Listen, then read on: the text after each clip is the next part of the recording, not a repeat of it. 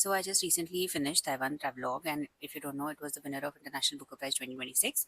This book is about a Japanese novelist who travels to Taiwan and spends 1 year there eating local food, visiting all the local places, and with the help of her interpreter, Chizuru, and they kind of develop close relationship. Now this is about the book, but what actually blew my mind is what I discovered later. So the story culminates after her year ends in Taiwan.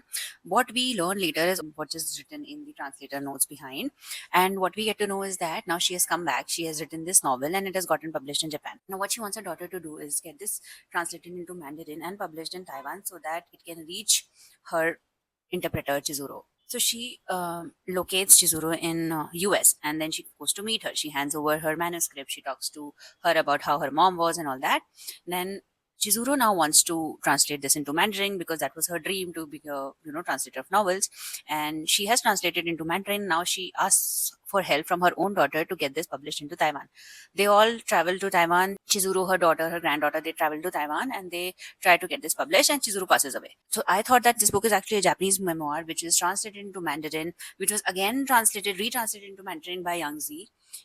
And then it was translated into English. But I was so surprised to learn that all this is fiction. I don't know what I was thinking, but obviously all these characters are fake. It was actually written by Yang Zi, but the game that he played was that on the original Mandarin novel that he wrote, he did not write his name as an author, but he wrote his name as a translator.